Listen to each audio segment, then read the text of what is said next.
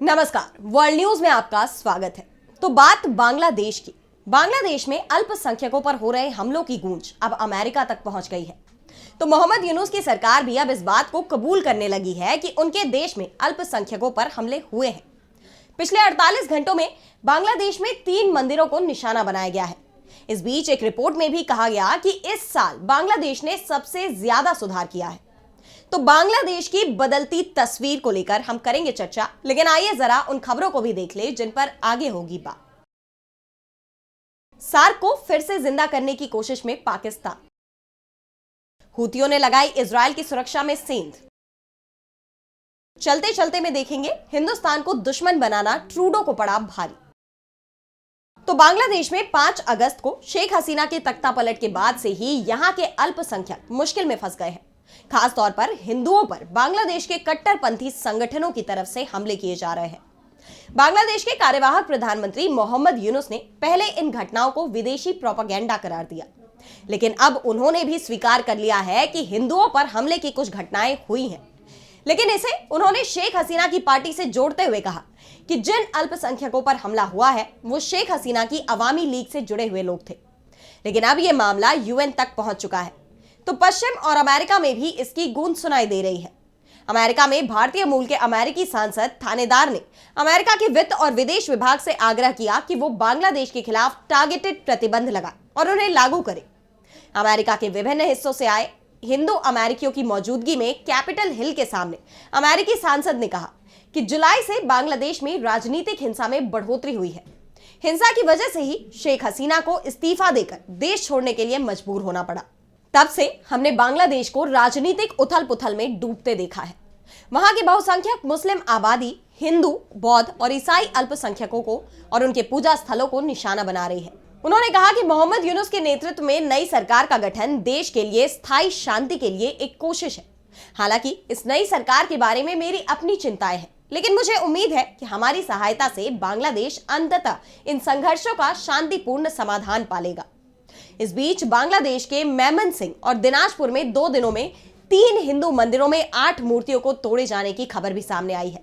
एक media report में यह दावा किया गया कि मेमनसिंह के हलुआ घाट उप जिले में 2 मंदिरों की 3 मूर्तियों को तोड़ दिया गया। इस घटना में अभी तक कोई मामला दर्ज नहीं किया गया है और कोई गिरफ्तारी भी नहीं हुई है। एक घटना में अपराधियों ने हलुआ घाट के बील डोरा संघ में पोलाश कंडा काली मंदिर में एक मूर्ति को तोड़ दिया। इस मामले में पुलिस ने पोलाश कांडा गांव के 27 वर्षीय एक व्यक्ति को गिरफ्तार किया।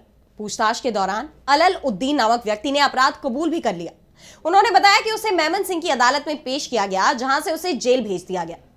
पिछले हफ्ते कानून प्रवर्तन एजेंसियों ने उत्तरी बांग्लादेश के सुनामगंज जिले में एक हिंदू मंदिर और समुदाय के घरों और दुकानों में तोड़फोड़ और क्षति पहुंचाने के आरोप में 4 लोगों को गिरफ्तार किया था।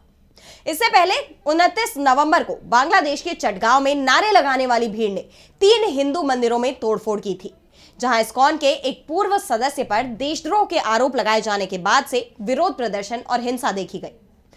बांग्लादेश में अल्पसंख्यकों पर चल रहे हमलों के बीच ब्रिटेन के मीडिया संस्थान द इकोनॉमिस्ट के एक सर्वे में चौंकाने वाला खुलासा हुआ है। द इकोनॉमिस्ट ने दावा किया है कि शेख हसीना के तख्ता पलट के बाद बांग्लादेश पहले से बेहतर हुआ है।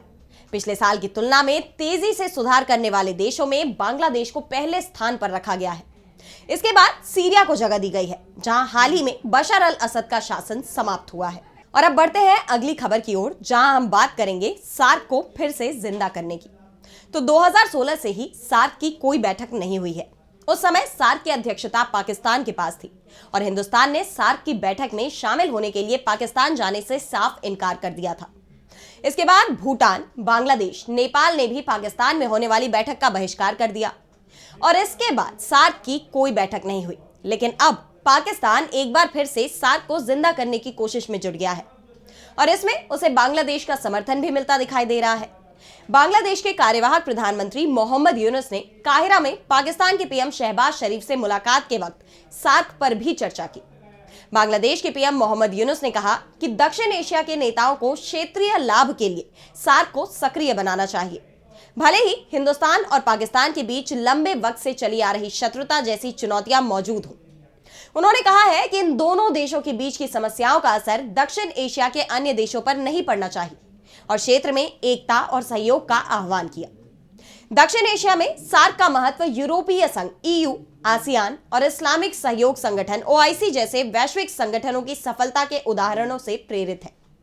हालांकि पाकिस्तान के साथ तनाव के कारण हिंदुस्तान ने धीरे धीरे इसमें दिलचस्पी कम कर दी, लेकिन अब मोहम्मद यूनुस इस कोशिश में है कि सार्क को पुनर्जीवित किया जाए। हालांकि इसके लिए उन्होंने पाकिस्तान से उम्मीद लगाई हुई है। अब ऐसे में सवाल उठता है कि क्या हिंदुस्तान को छोड़कर सार्क के बाकी सदस्य पाकिस्तान से जुड़ेंगे? पाकिस्तान चाहता है कि सार्क को पुनर्जीवित किया जाए और अब इस मामले में उसे नेपाल और बांग्लादेश की मदद मिलती दिखाई दे रही है। दावा किया जा रहा है कि मालदीव का रुख भी इसे लेकर सकारात्मक है। पाकिस्तान की कोशिश है कि श्रीलंका और अफगानिस्तान को भी अपने पाले में लाकर सार्क को फिर से जिंदा कर लिया जाए। वैसे एक बात तो तय है कि हिंदुस्तान की दिलचस्पी अब सार्क में नहीं है, और अगर पाकिस्तान सार्क को जिंदा भी कर लेता है तो भी इसमें हिंदुस्तान शामिल नहीं होगा। और सार्क की बैठक को लेकर पहले यह नियम भी तय किया गया था कि इसकी बैठक तभी होगी जब सभी सदस्य देश इसकी मंजूरी दें।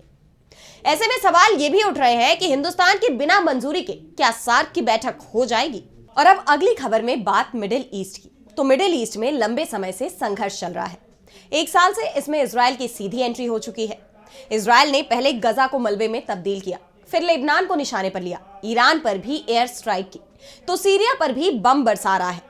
और इस बीच इजराइल से 2000 किलोमीटर दूर यमन में भी हूतियों के ठिकानों पर इजरायली विमानों ने बमबारी की, जिसका बदला अब हूतियों ने मिसाइल हमले से लिया है। सबसे बड़ी बात तो यह है कि हूतियों की मिसाइल को ना तो आयरन डोम रोक पाया और ना ही एरो 3। सभी हथियार हूतियों की मिसाइल के आगे फेल हो गए और हूतियों की मिसाइल टारगेट पर जाकर गिरी है, जिससे इजराइल के 16 नागरिक घायल हो गए हैं। बताया जा रहा है कि यह मिसाइल एक खेल के मैदान में आवासीय इलाके के बीच में जाकर गिरी। इस हमले के बाद हूतियों ने कहा कि इस सफल हमले से साफ हो गया है कि दुश्मन का दिल भी अब सुरक्षित नहीं है।